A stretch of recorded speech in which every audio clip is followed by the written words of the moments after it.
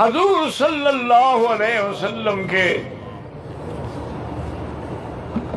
ایک صحابی ہے، عدی بن عمرو صحابی ہیں اور نابینا ہیں۔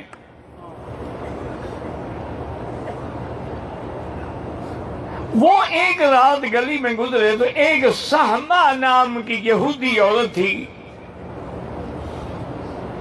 جو سرکار دو جہاں کی شان میں گستاخیاں کر رہی تھی، شعر پڑھ رہی تھی حضور کی شان کے خلاف۔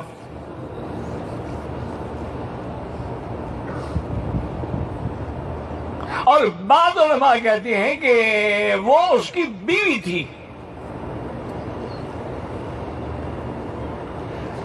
اس نے بہت سمجھایا لیکن وہ حضور کی مذمت کرنے سے باز نہ آئی، تو انہوں نے خنجر چھپا کے رکھا اور رات کو بڑے آرام سے لیٹ گیا اطمینان کے ساتھ۔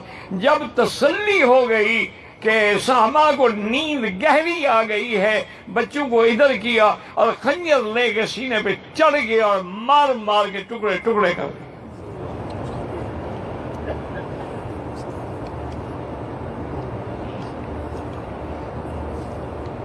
اور اس کے بعد پھر حضور کی خدمت میں حاضر ہوا۔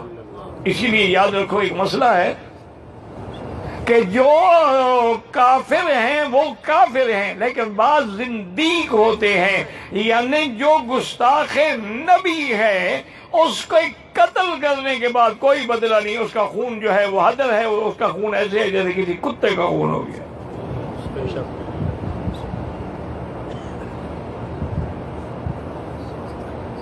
اللہ اپنے نبی کی توہین برداشت نہیں کرتے۔ اب جب وہ آئے، حضرت عمر بھی موجود تھے اور اس کے ہاتھ میں نابینا کے ہاتھ میں خنجر بھی تھا، عصا بھی تھا۔ چلتے چلتے آئے، خنجر خون سے بھرا ہوا تھا، سارے بدن پہ خون تھا۔ حضور نے فرمایا یہ کیا ہے؟ انہوں نے کہا حضور اس گستاخ کو، اپنی بیوی کو جس کے بطن سے میرے بیٹے ہیں، اولاد ہے، چاند کی طرح خوبصورت بچے ہیں، لیکن تیری گستاخ ہے، میں برداشت نہیں کر سکا اور میں نے صبر نہیں کر سکا، میں نے آج اس کو ٹکڑے ٹکڑے کر ڈالا ہے۔ حضور نے فرمایا من سرہ، جس بندے کو خوشی آئے کہ کسی جنتی کو دیکھے تو اس کو دیکھو یہ جنتی ہے۔ حضرت عمر نے فرمایا کہ یار ایک نابینا نے کتنا بڑا کام کر دیا ہے۔ حضور نے فرمایا عمر کیا کہہ رہے ہو، یہ تو نابینا نہیں ہے، نابینے تو وہ ہیں جن کو حق اور محمد مدنی نظر نہیں آتا، یہ تو بینا ہے، بصیرت والا ہے جس کو میری نبوت پہ اور میری محبت پہ یقین ہے۔ حضور نے یہ کہتے نابینا ہے، نابینے اور اندھے تو وہ ہیں جن کو حضور کی شان نظر نہیں آتی۔